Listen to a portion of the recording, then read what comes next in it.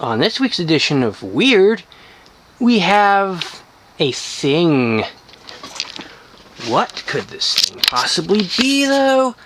No one knows. I mean, literally no one knows what these things are.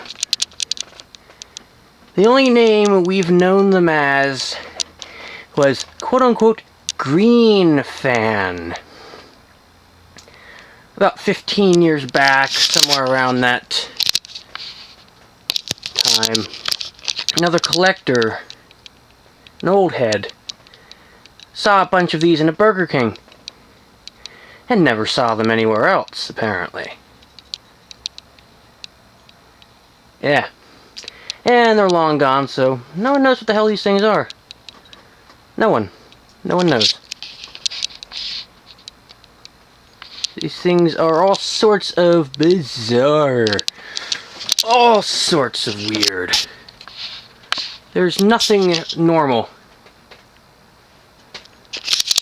about this thing. Nothing. Okay. This thing is one of the stranger things I've found lately.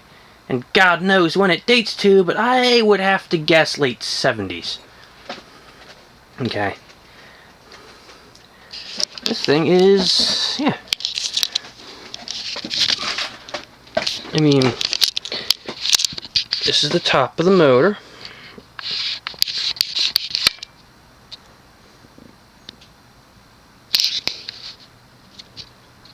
And that's a reverse switch, nice little toggle.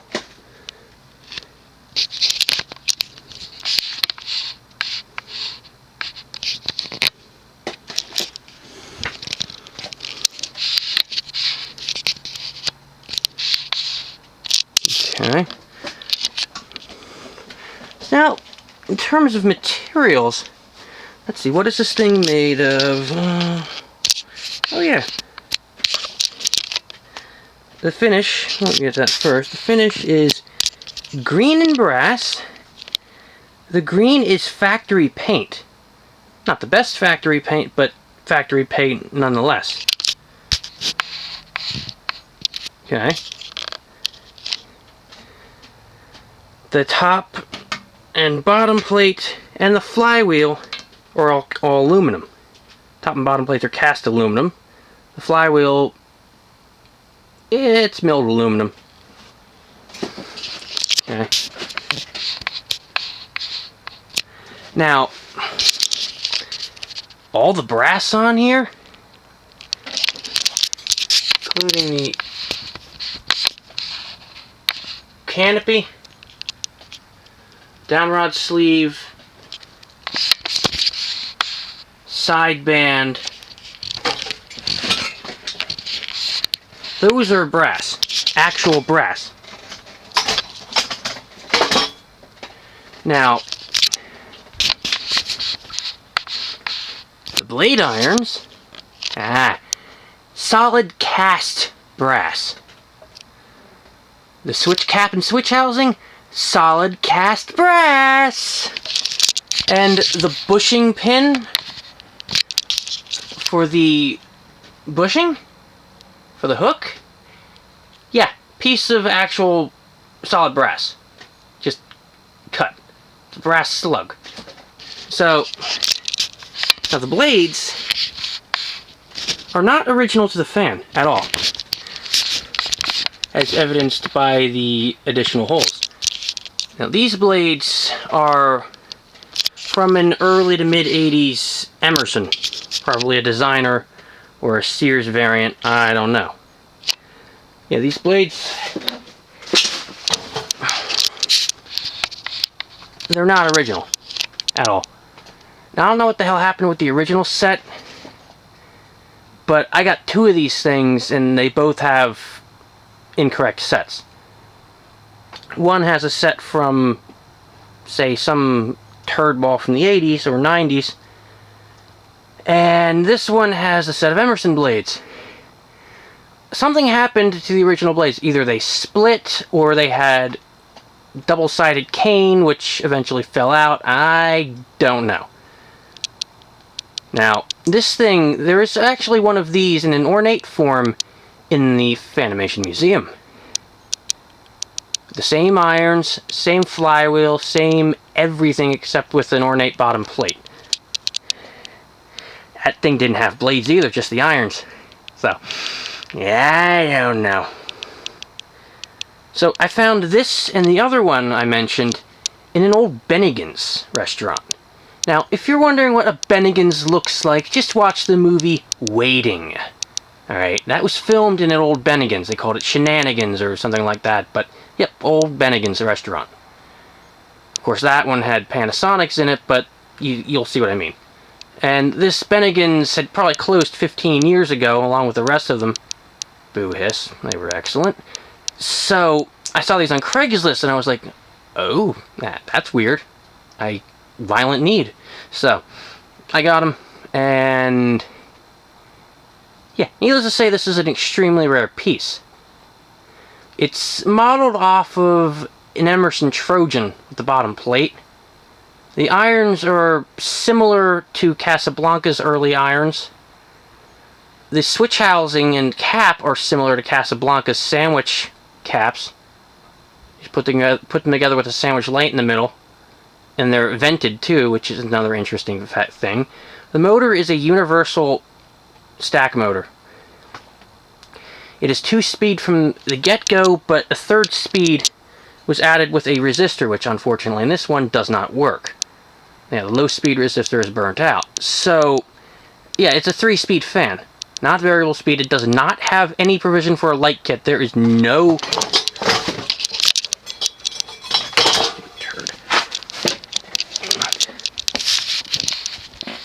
Whoops. Yeah, there is no hole in the switch cap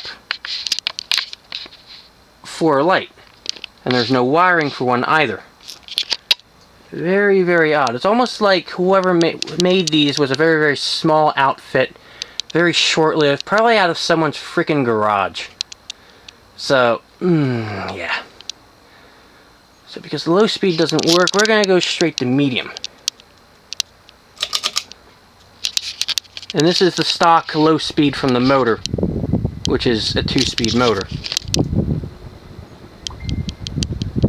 Now, the medium speed here is, you know, more or less your typical medium speed. The blade irons are steeply pitched, probably 15 degrees.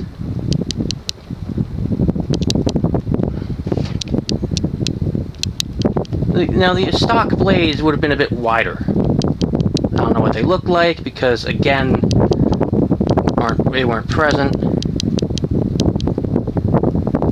It's already moving a sufficient amount of air. Now, what's interesting is that the motor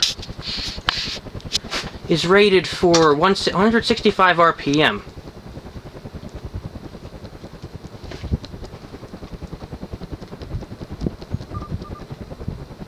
So, you would think it'd be slow, right? Now,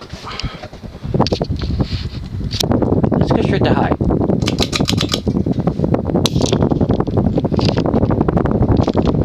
Now it really moves air.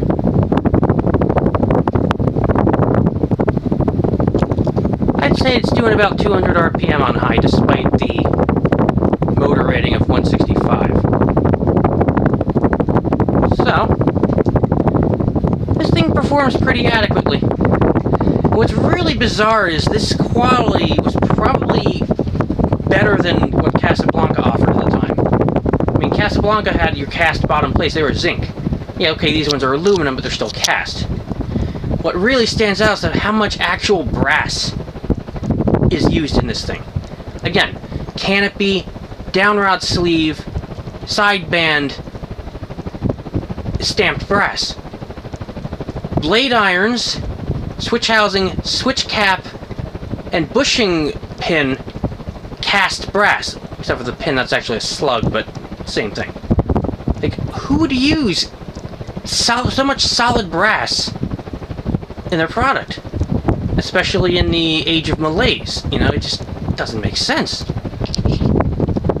What's interesting with this fan also is it uses not a 3/8 inch rod, No, it uses a 1/4-inch rod. Yeah, it's basically a long 1/4-inch light nipple. Alright, about 2 feet long. And yeah, freaking bizarre. So in order to use this thing normally, it's currently on its 2-foot rod, which is extremely cumbersome, right? Yeah, in order to use it normally, you'd have to cut the sleeve, you'd have to cut the rod. Yeah, so, ugh. So let's turn it off and let it coast.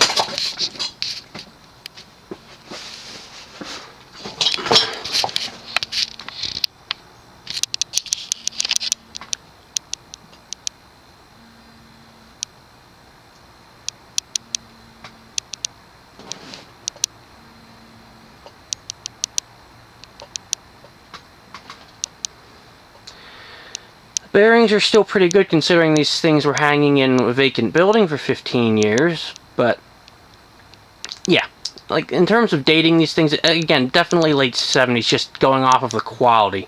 Maybe 1980, but not much later than that. Because, man, these things are just, they look ancient. They look freaking ancient. So now, just because I can, kind of flip the toggle. We're going to start it from high.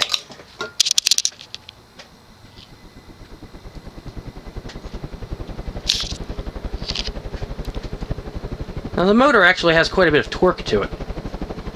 It's rated for 1.1 amps, or somewhere about that, maybe 1.09, something close to that. Pretty quiet. Has a slight running moan to it, albeit subtle.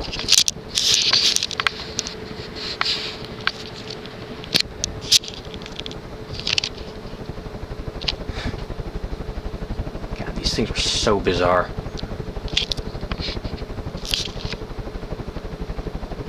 But for those who know me, oh, they know I love my weird. And this fits very well.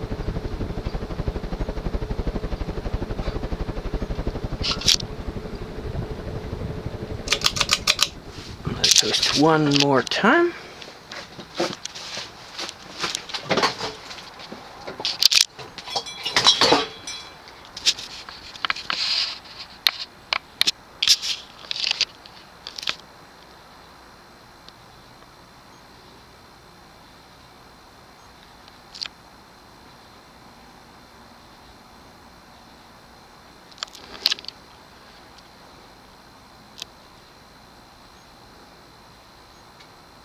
Hopefully I can figure out what kind of blades he's actually used and get the proper set, because so weird.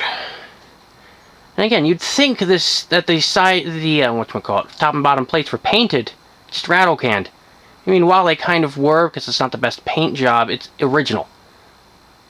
Because there's no paint or other finish underneath it. Just aluminum, raw aluminum. So, I mean,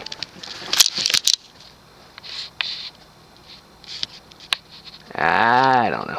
But there you have it. An unknown green fan made by God knows who, but probably out of the USA. Hope you enjoyed the bizarre.